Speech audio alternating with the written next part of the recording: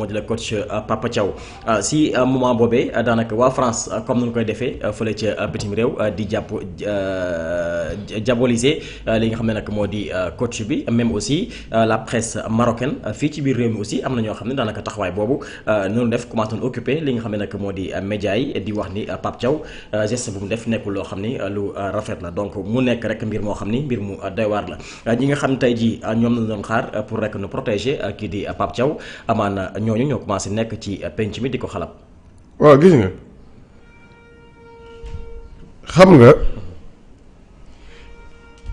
Pape Thiaw ñoom c'est de trop belles images. mais gars yi mere nañ RTS de. lu RTS de. drone na nii laajte. waaw mais nañ ñu laal drone kay. mais na gars yi génne drone yi loolu bu ko RTS. Sénégalais ak ñoo xam. waaw mais ak ñoo xam. waaw na ñëpp ñëw laal leen. na ñëpp génn alaaj na ñëpp génn barke Serigne Touba. nañ génn.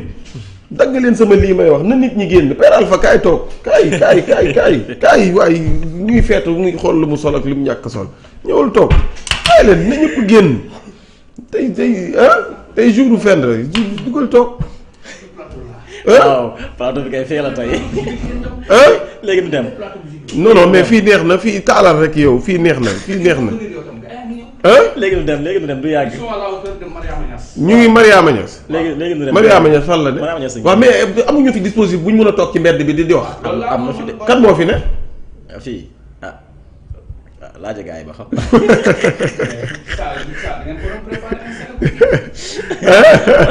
laaja gars yi ba xam. toog ci Bourguiba bi nii rek mais garaawul c'est la même chose yow del dugal image yi rek en boucle del dugal image yi en boucle mais l'essentiel daal alaaj moom mooy Père Alpha.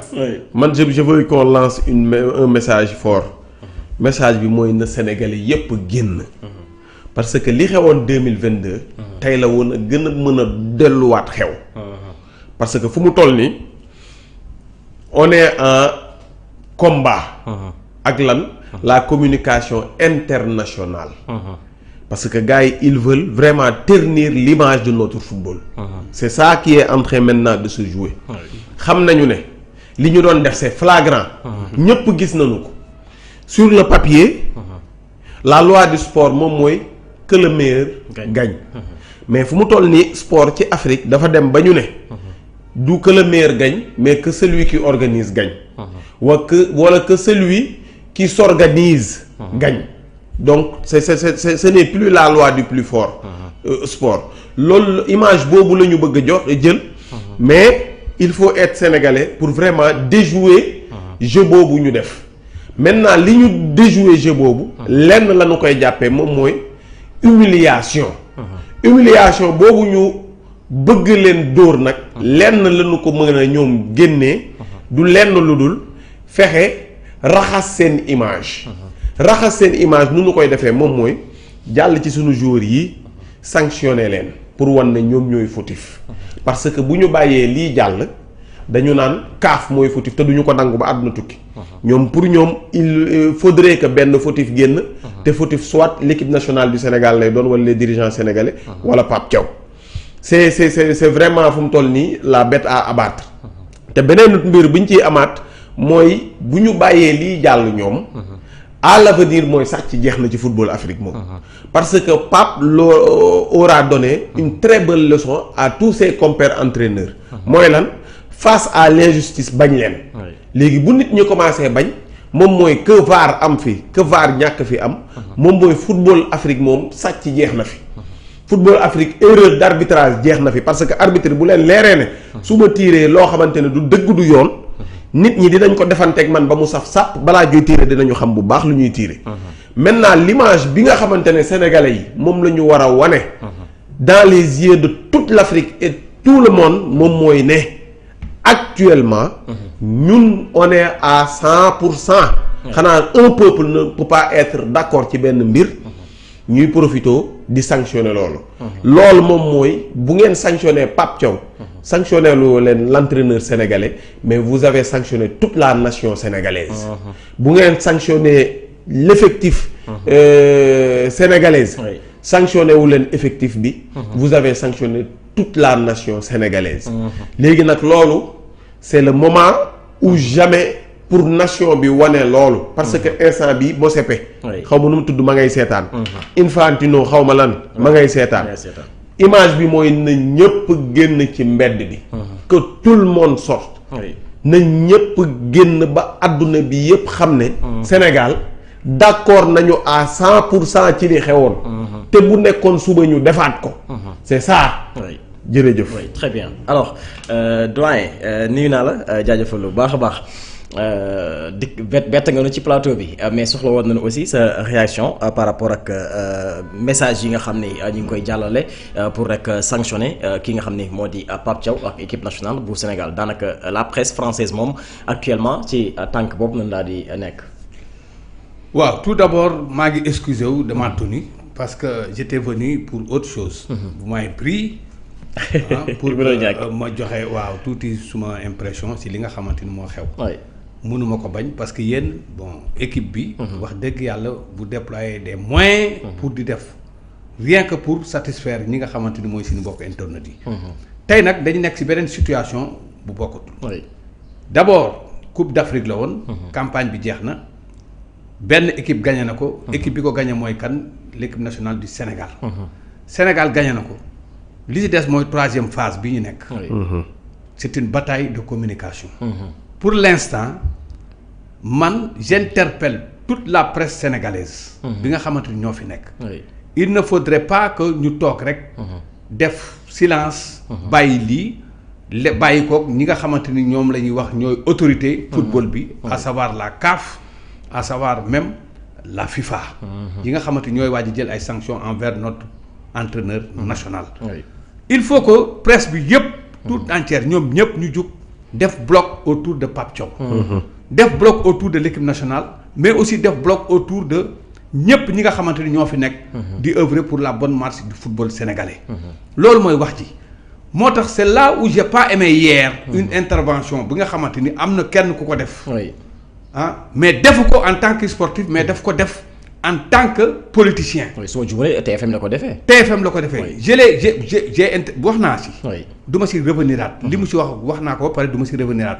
mais yooyu c'est des choses yoo xamante ne à éviter baaxul si réew. absolument réew sëm bu ñu doo def bloc.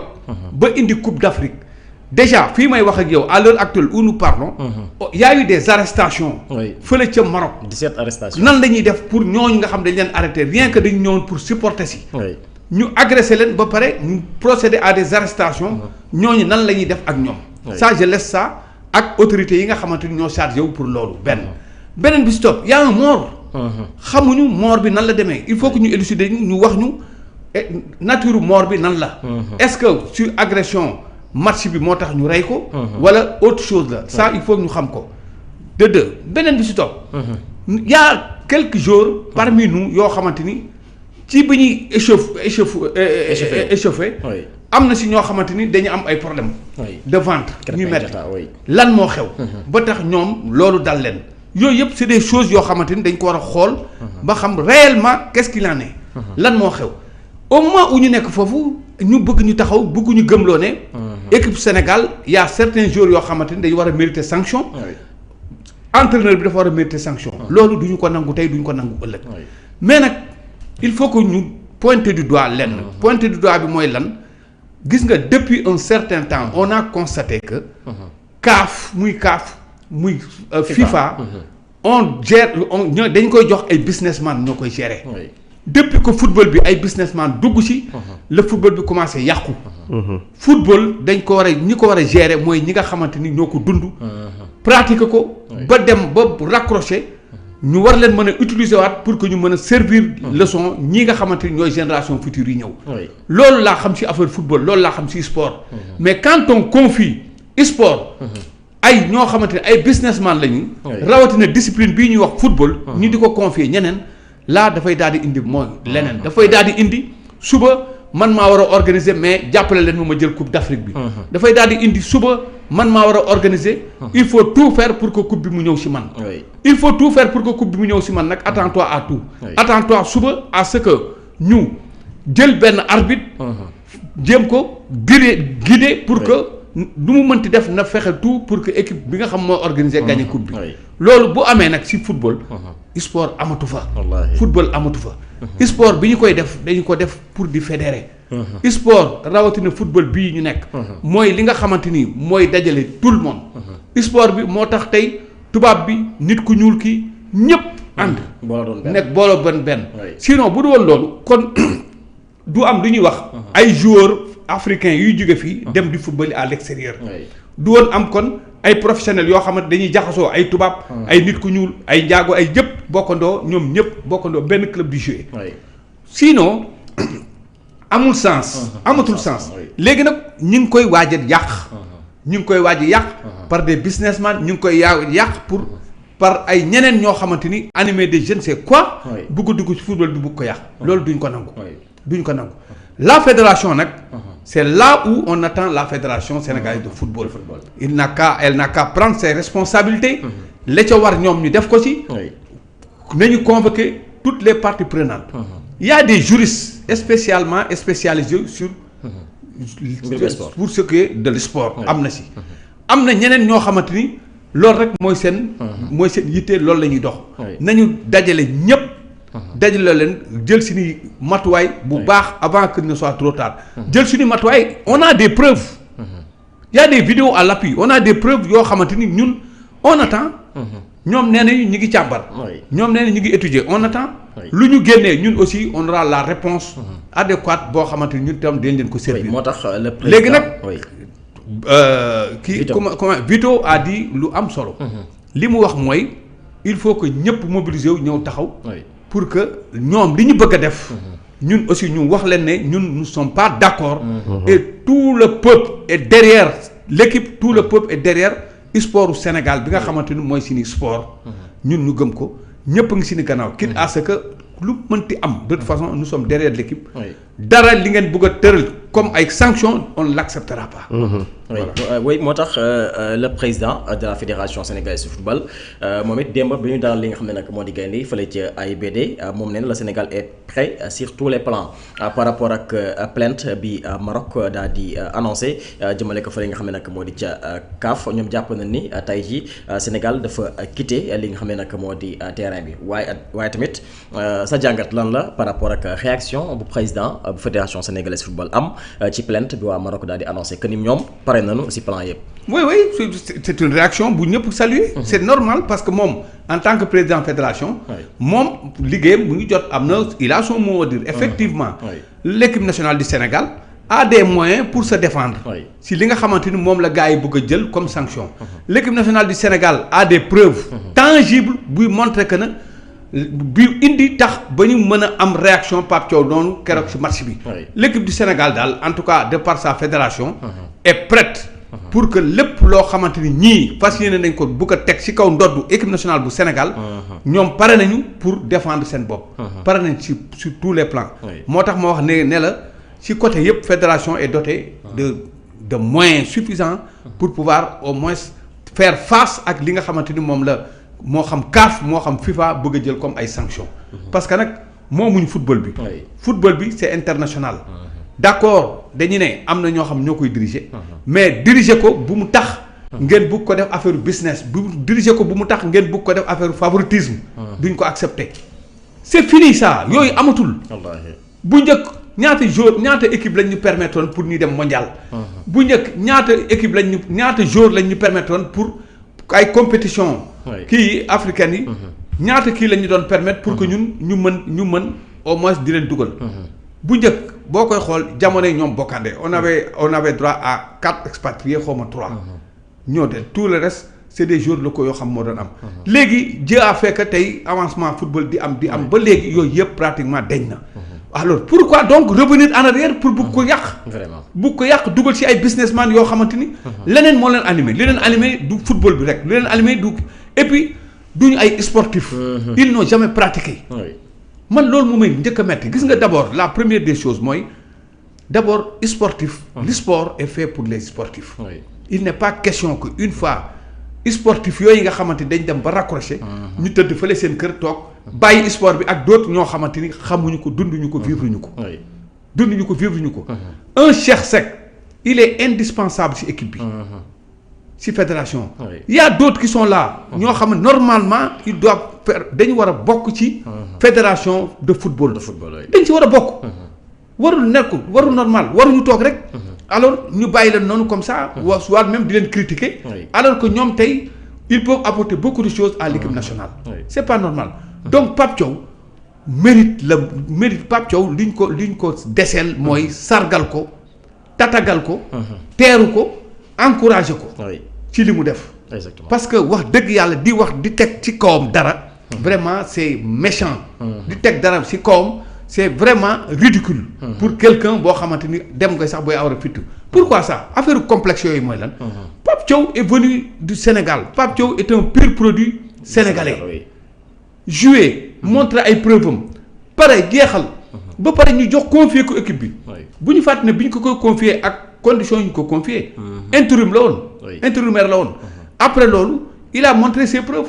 depuis que mu yor équipe ba léegi. y a pas eu de défaite. à part match bi ñu joué contre le Brésil match d'entraînement la. y a pas eu de défaite. et puis chaque jour que Dieu fait. il continue à chaque fois de nous montrer que ne man je suis capable pour prendre l'équipe nationale. indil la Coupe d'Afrique lan ngeen bëgg. vraiment lan ngeen bëggati. ci moom xale bi buñ ko encouragé wul gën ko jox doole waruñu am dara lu ñuy teg ci kawam. franchement man je suis contre ñëpp koo xamante ni da ngay bëgg a taxaw di nga attitude bi nga xamante ni moom la Pape Thiaw amoon lors de la finale. quant à la fédération nag bi ngay wax ni. la fédération loolu rek lañ koy ñaan. mu liggéeyam. voilà léegi fii nag la liggéeyam dëggantaan war a fëse. fii lañ war a xamee ndax fédération bi am nañ fayda wala amuñu fayda. man mënu ma nekk deux fois. champion d'Afrique.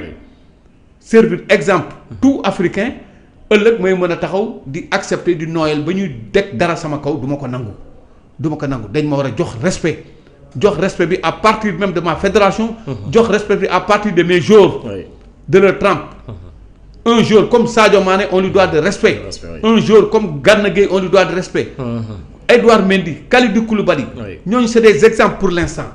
on leur doit du respect. Pourquoi vouloir coûte que coûte naan alors dina am ay sanctions yu dal seen kaw ak yooyu bu ko kenn nangu.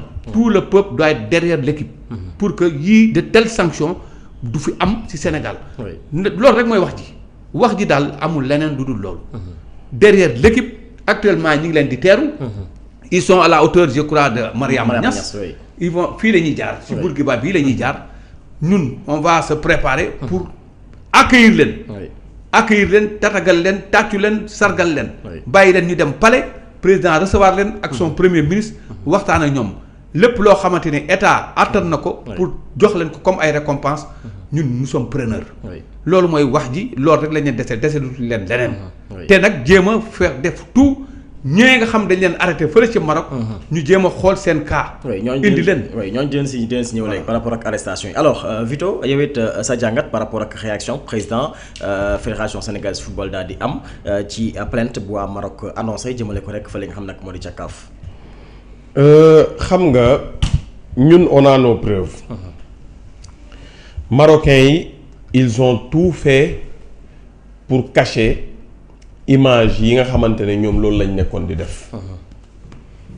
Heureusement ba nous sommes en 2026. yu bare nit mënatu ko nëbb parce que les gens ont des caméras. lu ñu gis yëpp.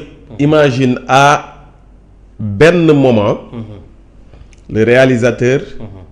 wanuñu image yi nga xamante ne moo nekkoon di xew te pourtant mi ngi ko doon gis.